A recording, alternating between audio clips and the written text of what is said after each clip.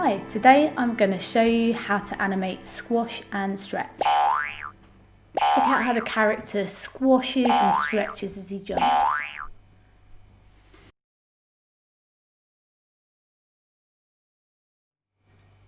So to make this animation, we're going to need to make 3 characters, one squashed, one normal and one stretched.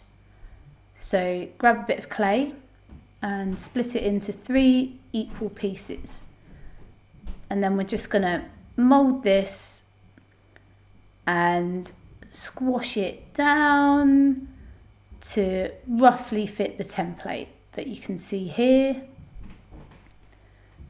If you don't have this template, you can download it from huehd.com/resources, or you can just do it by eye.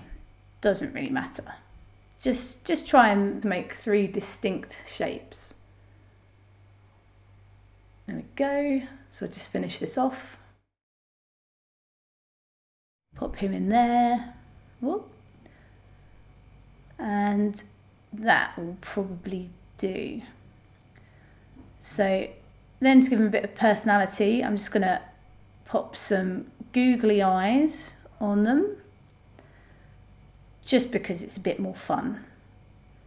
And then for this little squashed guy down here, and then you can, if you want, you can give them some little smiley faces like this. Okay, right, we're going to pop that to one side for the moment.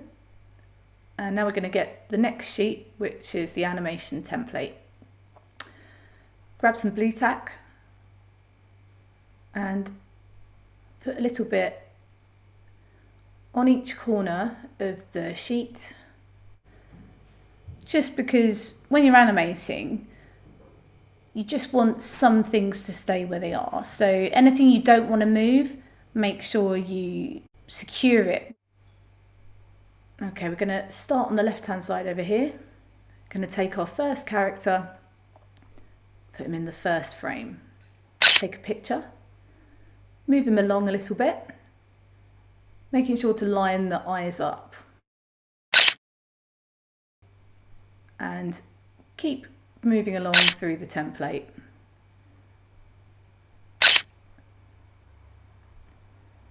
Now we need the stretched guy here. This will make it look like he's moving faster and getting ready to land on the ground. Now we need the squashed character. This will make it look like he's taking the impact of the jump. Pop him in there. Now in this next frame, you can see there's a bigger gap here. That's because he's springing up into the arc. Space is essentially equal speed in animation. So the further away you move an object from its last frame, the quicker it will move. And closer together the movements are, like here, the slower the object will move. So now you've taken all your pictures, you can select all the frames, and in the Edit Timeline tab here, you can select Duplicate Selection. This will copy all the frames and make your animation last longer.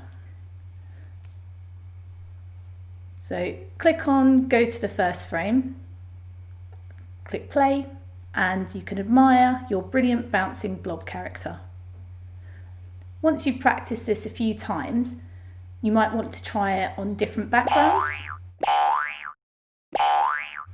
with different objects, like this beach ball, or even adding arms and legs, like this frog character.